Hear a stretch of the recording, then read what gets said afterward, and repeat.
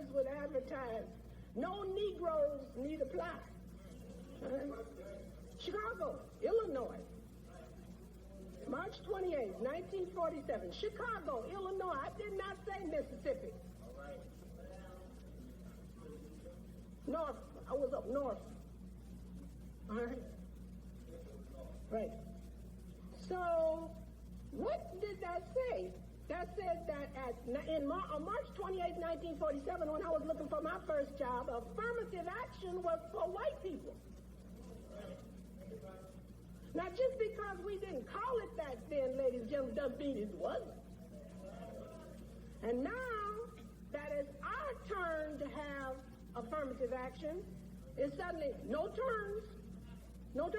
It's always our turn, right? It's always white people's turn for affirmative action. Nobody else gets a turn. So much for taking turns. But isn't that what we teach for 2 weeks in kindergarten? Oh, the teacher tells you, your child has to learn to take a turn. We teach him take a turn in kindergarten. Take a turn in first grade. Take a turn in second grade. Wait your turn in third grade. Don't box in fourth grade. Stay in line in fifth grade. When you get to be an adult, you stand and queue up at the cashier. Take your turn. Wait your turn. But nobody take no turns in this country. It's always the white man's turn. It's always the rich man's turn. It's always their turn.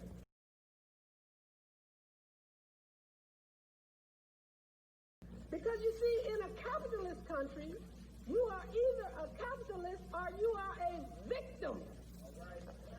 There's no in-between. There's no in-between. You either play the game here or you are a victim of it. Now, you have to make a choice. Of course, you can always leave the country. That's another choice.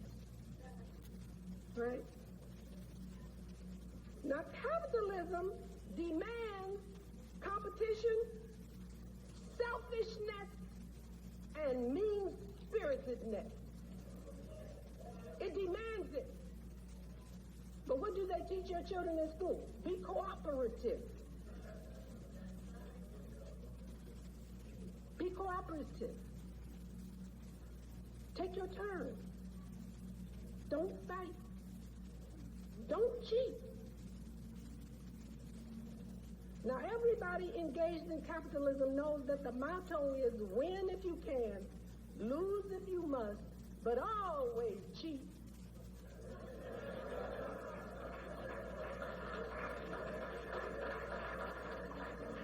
And what I'm trying to explain to you, ladies and gentlemen, is the real world that our children live in, not the ideal one that we want them to live in, not this wonderful world that we pray that will come here one day, but the real world that they have to live in. You want to know why they're acting so crazy?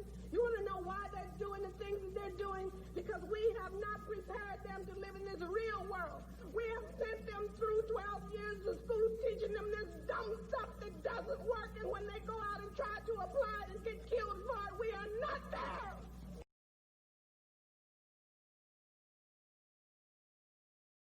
The U.S. Supreme Court overturned Plessy versus Ferguson, which legalized Jim Crow, and the overt racism that we knew as Jim Crow was forbidden.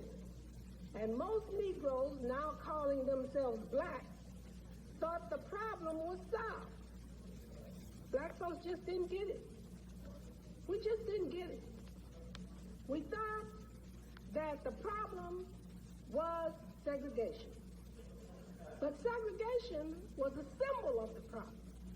The problem was this institutional value system of race, gender, and wealth. That's the problem. And ladies and gentlemen, it still is. The United States is not a democracy yet. It's trying to be. Trying to be. And I always tell my students when they say, I'm trying to do it, Miss Sizemore, I say, come here. And I say, I'm trying to hit you. I'm trying to hit you. Right? I'm trying to hit you. And then when I finish, I said, did I hit you? And he said, no. I said, so much for trying.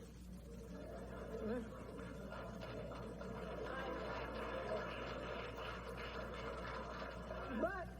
But the United States is capitalist country. It is that. Now, if it can be a democracy within the parameters prescribed by the capitalist paradigm, it does it. But when it can't, it won't. The basic premise of capitalism is to make a profit by any means necessary. And the unit of measure is the United States dollar. And ladies and gentlemen, it is taboo to teach this to your children. When I say taboo, I mean it's forbidden. For instance, if anybody gets up in front of a class and tries to teach the children about capitalism and how to be a capitalist, they are immediately labeled socialist or communist and run out of the room. Right? It's a taboo. Don't you think that's strange? That in a capitalist country, we cannot teach our children to be capitalists?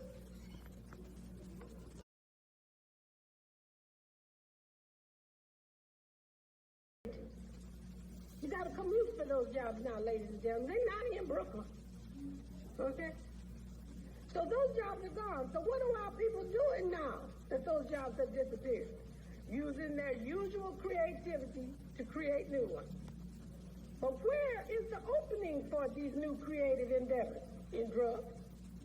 All right. We don't have a drug policy in the United States. I know you know better than that. We don't have a drug policy. We got a prison policy, but no drug policy. 80% of the cocaine used in the United States is used by white people. Right. 80%. But look at television every night. You see them going to jail? No. Because that's not the way the business is structured. All right. You see, the drug industry is now a part of the gross national product. And they can't get rid of it if they wanted to. Everybody's, mad at Kurt Smoke because he said, and Joycelyn Elders because they're talking about legalizing drugs. How am I going to legalize drugs? You don't have to take those two people seriously. It's not going to happen. Because people make too much money off it. Not us. Not us. We're getting killed and going to prison. But that's part of the deal, too. Look at this capitalist plan now. Look at it. What did I tell you was to make a profit by any means necessary. Okay, how do you make a profit here? Well, you build the prison. Where are these prisons built? In New York City? In Brooklyn? Oh, where are the prisons built? Who lives there? Okay, then who's going to build these prisons, ladies and gentlemen? Who's going to provide the guards in these prisons, ladies and gentlemen?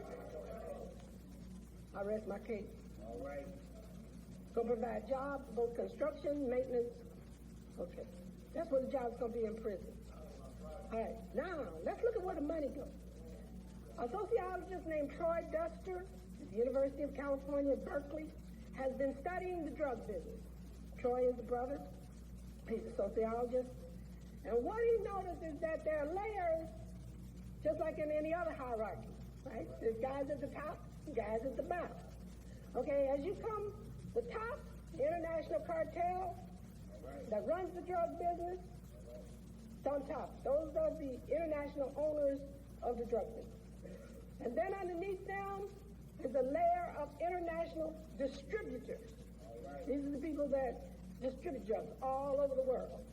Then underneath them is a loose network of international bankers. They launder the money so that it can be distributed into legitimate business. And it is this money that's fueling the economy now. There you go. So if you're looking forward to drugs disappearing, you are really naive. That's right. Black people just don't get it. That's right. They just don't get it. That's right. The bottom of the industry, the street industry, is run by poor black and Latino people. Or anybody else that's poor won't get in it. Now these are the people selling on the street, so they get caught and they get put in jail. Now, the part of the drug business that's used by the middle class elite gives you less time in jail than that sold to the poor. So as you come down the line from the international cartel, you get blacker and blacker and blacker. Okay? And the punishment start with the street level. All right. No bankers go to jail. That's right. No bankers go to jail. That's right. The regional representatives in the country, they don't go to jail. That's right. The couriers go to jail. The street distributors go to jail. That's right. The managers of the distribution in the poor communities go to jail. That's right. Because it's easier to put them in jail. Because they have no group that helps them to survive. That's right. So these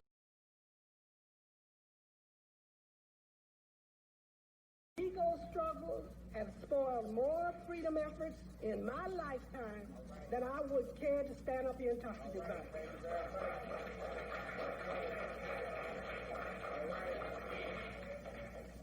In fact, I have been involved in so many that now I just refuse to join another movement. That's right. We must learn to work together as a group. Alton talked to us about that tonight. I won't repeat it because he talked to us about that. We must learn to do this, ladies and gentlemen, because everybody does it if they get out of poverty in this country. They work together as a group. They work together as a group. If we are to survive and be autonomous in the United States, we must change our way of looking at living.